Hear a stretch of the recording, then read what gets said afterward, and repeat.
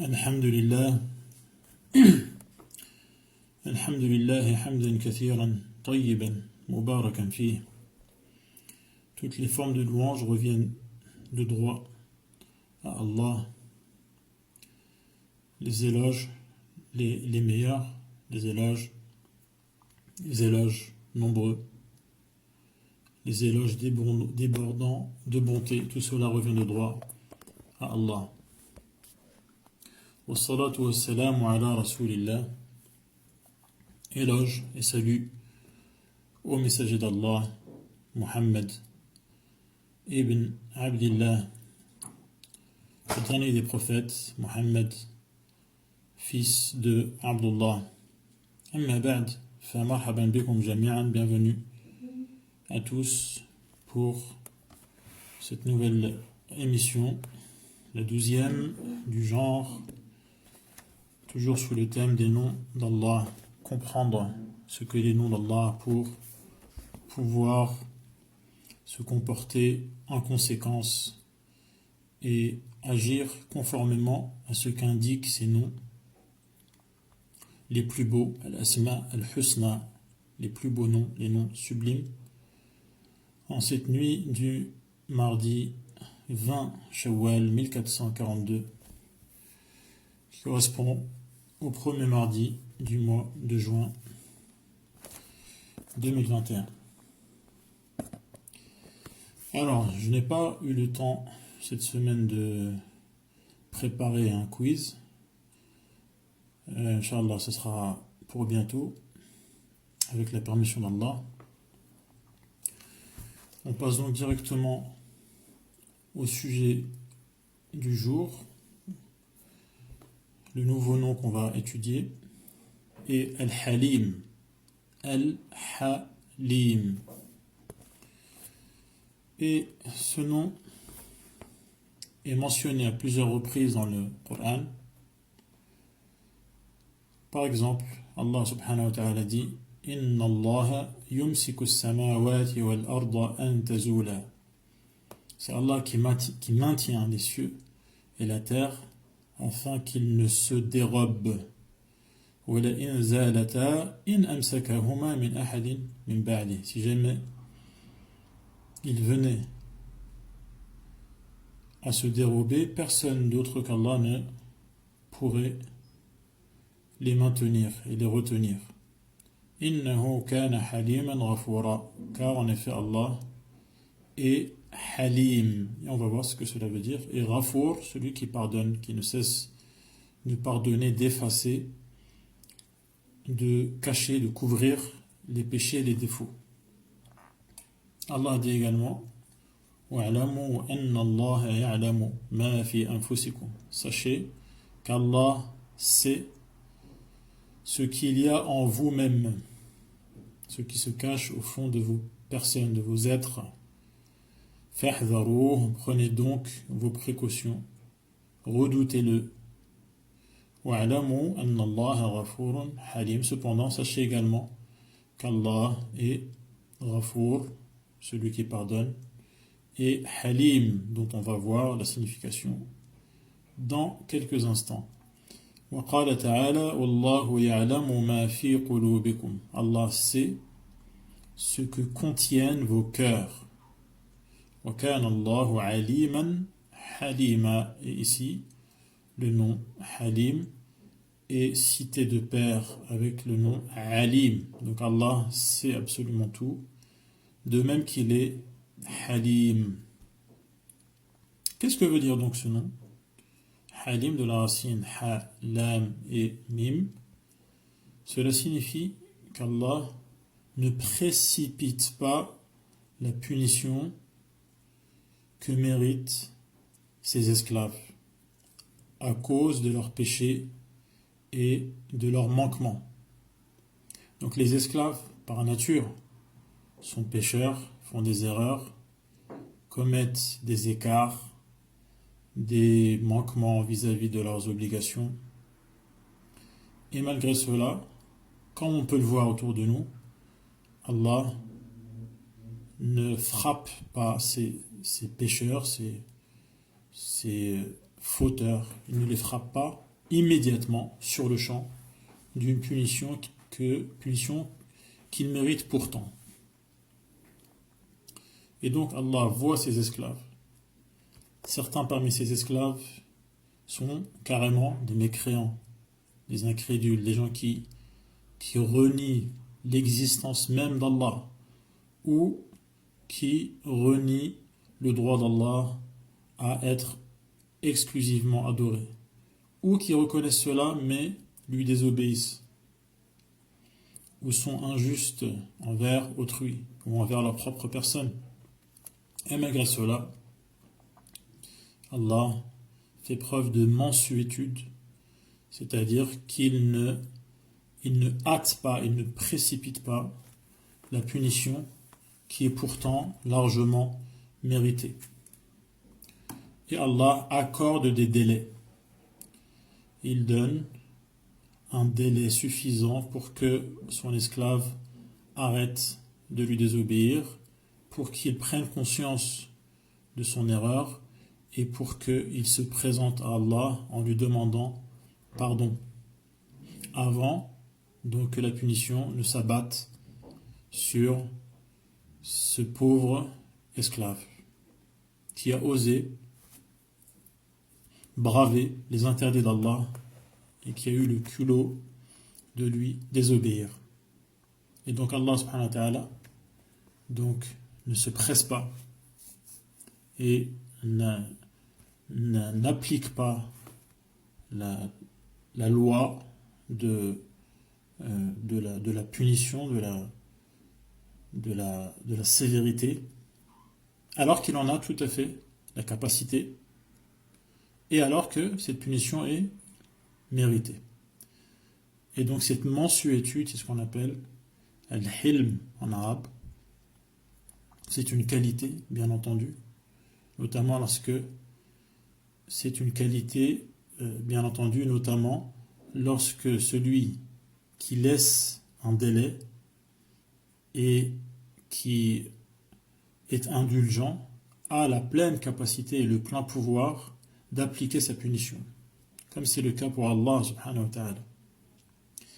Et donc ces gens désobéissent à Allah, empruntent le chemin qui déplaît à Allah, et malgré cela Allah ne les punit pas, mais en plus il continue à leur donner ce dont ils ont besoin pour continuer à vivre. Ils continuent à respirer l'oxygène qu'Allah a créé, ils continuent à boire l'eau qu'Allah a créée, ils continuent à consommer la nourriture qu'Allah a créée, alors que ces mêmes consommateurs de ces sources d'énergie désobéissent à Allah qui a créé ces mêmes énergies. C'est bien là la preuve évidente qu'Allah est Halim, fait preuve de mansuétude et qu'il est indulgent et ne presse pas la punition, pourtant méritée. Et donc les esclaves continuent à désobéir à Allah et Allah continue à leur accorder un délai supplémentaire. Et donc les péchés montent de la terre vers le ciel alors que le pardon et les bienfaits descendent, eux, du ciel vers la terre. C'est là donc une preuve éclatante de la perfection des qualités d'Allah, parmi lesquelles il y a al-hilm. Et donc en contrepartie des péchés des esclaves, il ne les saisit pas d'une punition que pourtant ils méritent. Il leur donne un délai. Il leur laisse le temps de se remettre en question, de revenir vers lui.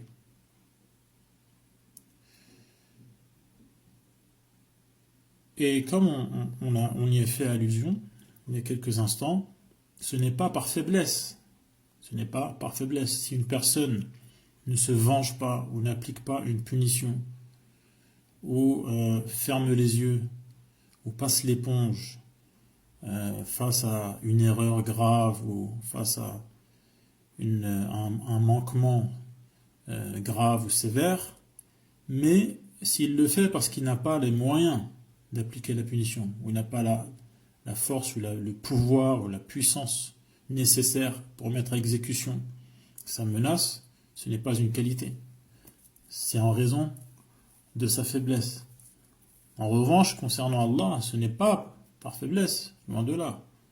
Allah a toutes les qualités du roi absolu, qui a le pouvoir de tous les points de vue et qui peut appliquer sa sentence, qui peut saisir à chaque instant celui qui ose lui désobéir en lui faisant subir un châtiment terrible et exemplaire.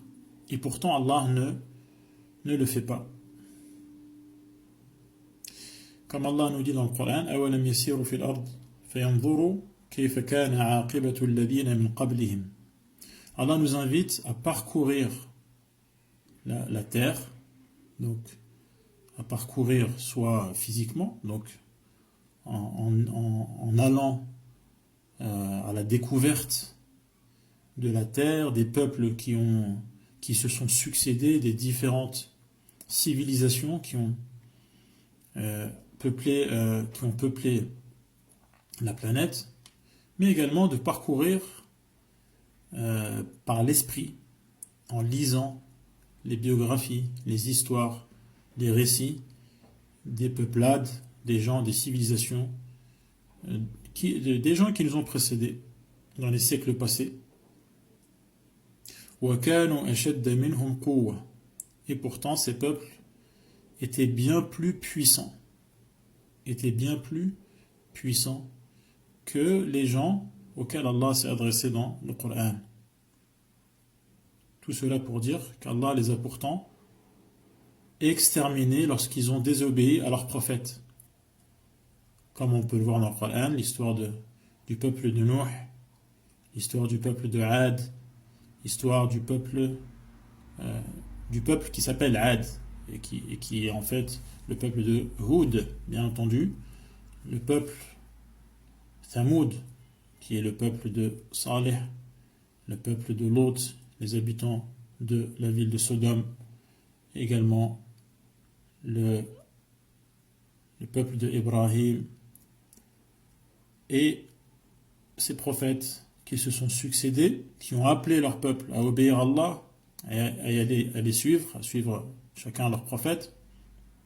Lorsqu'ils ont refusé, lorsqu'ils se sont obstinés, Allah les a exterminés d'un cataclysme sévère qui les a anéantis. Donc Allah a la pleine puissance pour faire cela et pour le réaliser. Allah dit donc وَمَا كَانَ اللَّهُ لِيُعْجِزَهُ مِنْ شَيْءٍ فِي السَّمَاوَاتِ وَلَا فِي الْأَرْضِ. Rien ne peut s'opposer à la puissance d'Allah, rien n'est trop difficile à réaliser, que ce soit dans les cieux ou sur terre. إِنَّهُ كَانَ عَلِيمًا قَدِيرًا. Allah a la pleine science et les pleins pouvoirs. Et donc, si on voit autour de nous des gens qui, malgré leur désobéissance à Allah, continuent à vivre, continuent à prendre du plaisir, continuent à consommer sur terre, ce n'est pas parce qu'Allah serait incapable de les punir ou de rétablir la justice. Non, c'est la preuve qu'il est halim.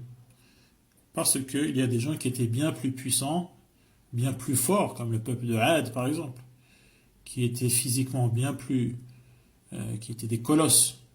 Et pourtant Allah, avec le vent seulement, les a exterminés.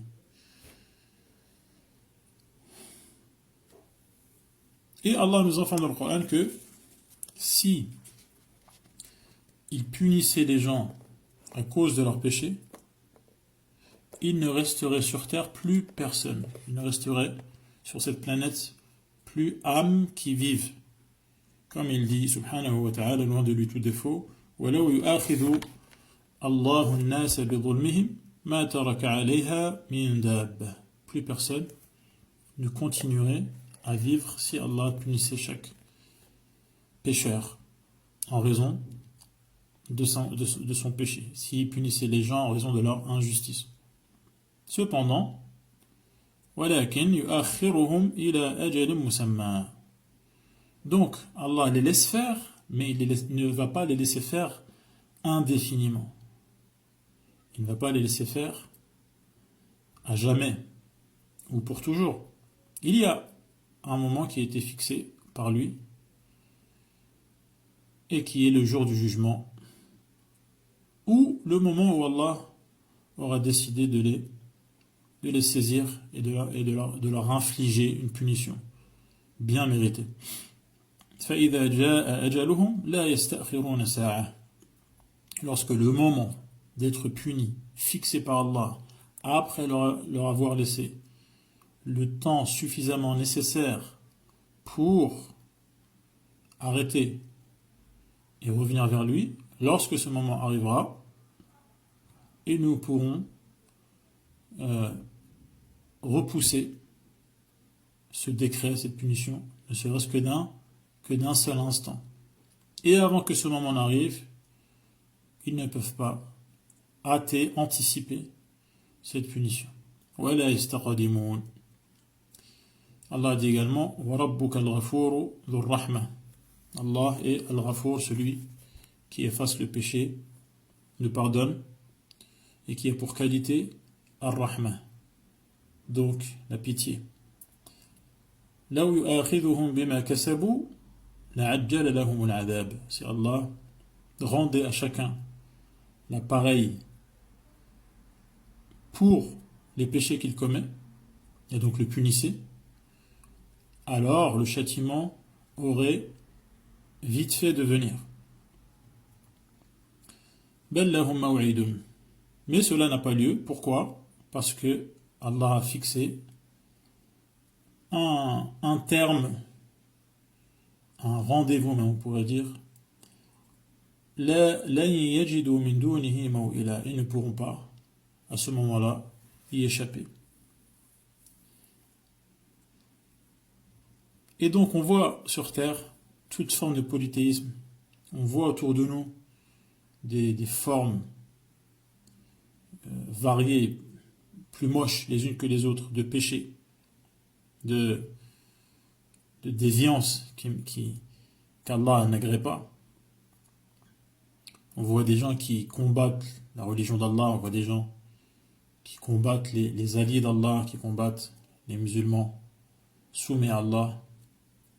Et pourtant Allah les laisse faire par mansuétude, parce qu'il est Al-Halim. Donc comme on avait dit dans l'introduction de cette série, celui qui comprend les noms d'Allah comprendra la réalité de ce qui se passe autour de lui, dans la société, sur terre, et il verra les effets de ce nom. Et donc on voit autour de nous qu'il y a certaines situations qui sont suffocantes, des situations qui sont pénibles, qui sont difficiles, où les alliés d'Allah, ceux qui disent La ilaha illallah, ceux qui ont raison, ceux qui sont dans leur bon droit, sont malmenés, sont maltraités, sont humiliés, et pourtant rien, en apparence, ne se passe pour l'instant en tout cas. Mais ce n'est que l'effet de ce nom, Al-Halim. Si Allah est Al-Halim, eh bien, forcément, ce qu'on vient de décrire doit avoir lieu, car ce n'est que l'effet et la conséquence de ce nom. Mais le crime ne paie pas, et tous ces criminels ne paient rien pour attendre. Et Allah continue donc à les entretenir, il continue à leur acheminer les bienfaits dont ils ont besoin. Il continue à leur épargner toute forme de tracas, de soucis, comme cela est mentionné dans le hadith rapporté par Al-Bukhari. D'après Abu Huraira, le prophète, à lui éloge et salut, a dit qu'Allah a dit Yashtumuni ibn Adam, le fils d'Adam, donc l'être humain, m'insulte. وَمَا يَنْبَغِي لَهُ أَنْ يَشْتُمَنِي. Il n'a aucunement le droit de le faire. وَيُكَذِّبُنِي. Il me traite de menteur. وَمَا يَنْبَغِي لَهُ. Ou n'accorde pas foi aux informations que je lui fais parvenir. Et il n'a aucunement le droit de faire cela, d'agir de la sorte. أما شتمه فقوله إن لي ولدا. L'être humain, le fils d'Adam, m'insulte, c'est-à-dire qu'il dit que j'ai un enfant. Dire qu'Allah a un enfant est une insulte adressée à Allah. وأما تكذيبه فقوله ليس يعيدني كما بدأني. Quant à l'incrédulité, traité de mensonge, ce qui vient de la part d'Allah, c'est lorsque l'être humain dit qu'Allah ne va pas le refaire vivre comme il l'a créé initialement, la première fois. Et donc, malgré cela, Allah continue à entretenir ces gens. Il leur laisse la vie sauve jusqu'à un moment donné, qui est le terme qu'Allah a fixé. Et pourtant, ces gens insultent Allah et traitent Allah de menteur. Et Allah sait cela.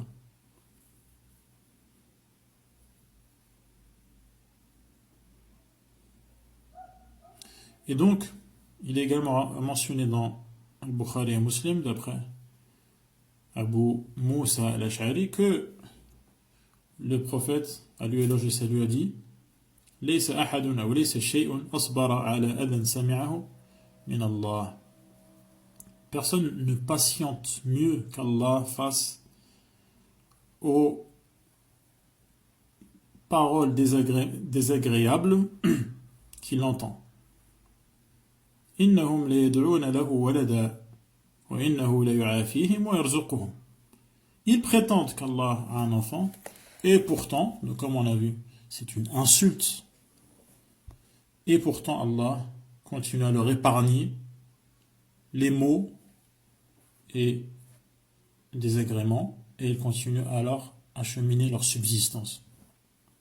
وَإِنَّهُ لَيُعَافِيهِمْ وَيَرْزُقُهُمْ. Donc, comme le commente Ibn al-Qayyim, Allah entretient autour de ses soins l'être humain qui l'insulte pourtant et qui refuse de croire en lui alors qu'il l'insulte.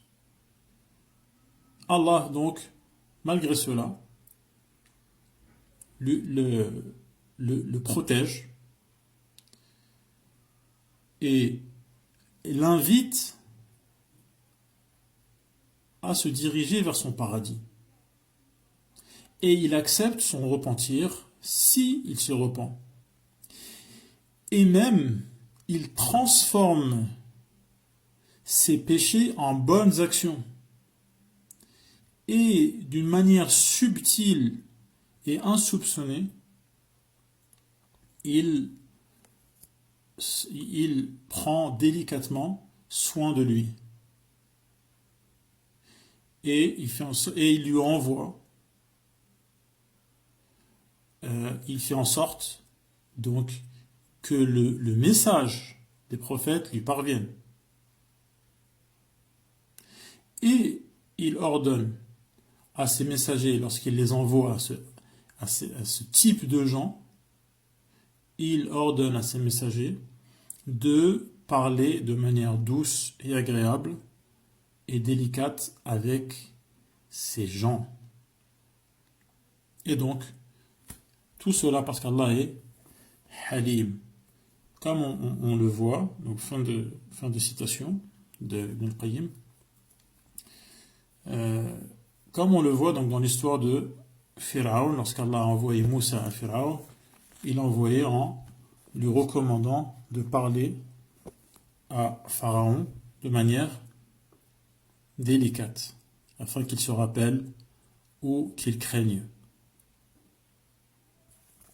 Également, les gens qui ont insulté Allah en lui attribuant un enfant, Allah, malgré cela, malgré cette insulte de leur part, les invite à se repentir et leur ouvre les portes de son pardon lorsqu'Allah dit de ces gens-là, donc qui lui attribuent un enfant, donc notamment les chrétiens. أَفَلَا يَتُوبُونَ إِلَى اللَّهِ وَيَسْتَغْفِرُونَ. Donc Allah les invite ici à se repentir, à revenir vers lui, à abandonner leurs péchés et à demander pardon, car Allah est celui qui pardonne et qui a pitié. Wallahu ghafurun rahim. Allah nous raconte également l'histoire des gens de la tranchée, le fossé qui a été creusé et dans lequel le feu a été allumé, dans lequel les croyants ont été jetés jusqu'au dernier. Donc dans Surat Al-Buruj, et malgré donc ce génocide, Allah dit إن الذين فتنوا المؤمنين والمؤمنات ثم لم يتوبوا فلهم عذاب جهنم ولهم عذاب الحريق. Ce qui signifie que donc ces gens qui ont jeté les croyants au feu, fatanuhum, fatana donc au départ signifie présenter au feu ou jeter dans le feu ou mettre au feu. Ces gens donc qui ont commis cette atrocité de brûler des gens vifs à cause de leur foi, de leur croyance, s'ils ne se repentent pas, eh bien ils subiront le châtiment de l'enfer Jahannam et la punition donc de la brûlure. Donc Allah dit bien s'ils ne se repentent pas, ce qui signifie que s'ils se repentent même après avoir commis ces massacres les plus atroces, Allah accepterait leur repentir. Parce qu'Allah est Al-Halim. Comme dit Al-Hassan Al-Basri, regardez, observez la générosité et la bonté d'Allah. Ces gens ont massacré ses alliés, les croyants, et lui, Allah, les invite à se repentir et les invite au pardon. Fin de citation. Allah est Halim également. Un des effets de cette qualité est qu'Allah continue à maintenir l'équilibre des cieux et de la terre afin qu'ils ne se dérobent pas, et personne ne le ferait si Allah abandonnerait ces atomes et ces particules livrées à elles-mêmes. Il en serait fini de cet univers.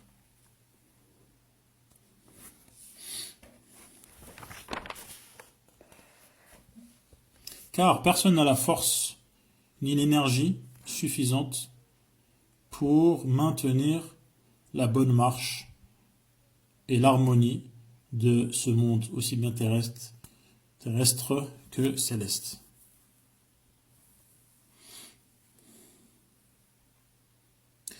Et on voit également dans le Coran que le terme, donc le nom Halim, est cité de pair avec Alim. Wa inna Allah la alimun halim. Donc Allah sait, il sait parfaitement ce que font les gens. Mais si il ajourne, il remet à plus tard la punition, c'est parce qu'il est Halim. Donc il est à la fois Alim et Halim, celui qui sait tout, mais celui également qui donc remet à plus tard la punition par bonté. Et également ce terme est cité de pair avec Rani. Donc Al-Rani, c'est, on verra, Inch'Allah, celui qui n'a besoin de rien ni personne. Et pourtant, Allah est Halim. Donc il ajourne, il remet plus tard la punition, non pas parce qu'il attend un quelconque intérêt ou un avantage venant de la part de ses esclaves, non. C'est tout simplement, ou c'est plutôt parce qu'il est Halim et qu'il n'attend rien de ses esclaves, parce qu'il n'a besoin de rien en fait. Il n'a besoin de rien ni personne. Et le nom Halim est également cité de pair avec Ghafour, on l'a vu, Ghafour celui qui pardonne, et il est également cité de pair avec Ash-Shakur, Allahu Shakurun, Halim. Donc Allah récompense généreusement ceux qui font le bien, et ceux qui font le mal, Allah leur donne l'occasion d'arrêter. Il a donc toutes les qualités de tous les points de vue.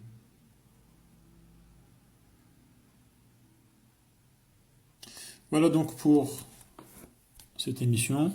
Il s'agissait d'expliquer le nom Al-Halim. Qu'Allah nous accorde la compréhension correcte de la science qui émane des savants qui nous transmettent les significations du Coran et de la Sunna conformément à la voie des premières générations de l'islam, as-salaf. Car c'est la voie qu'Allah a agréée et c'est la voie qui fut celle du prophète sallallahu alayhi wa sallam, des compagnons et des générations qui leur ont emboîté le pas. Wallahu a'lam, Allah sait mieux. Et je vous donne rendez-vous pour la prochaine émission, Inch'Allah. Wassalamu alaikum wa rahmatullahi wa barakatuh.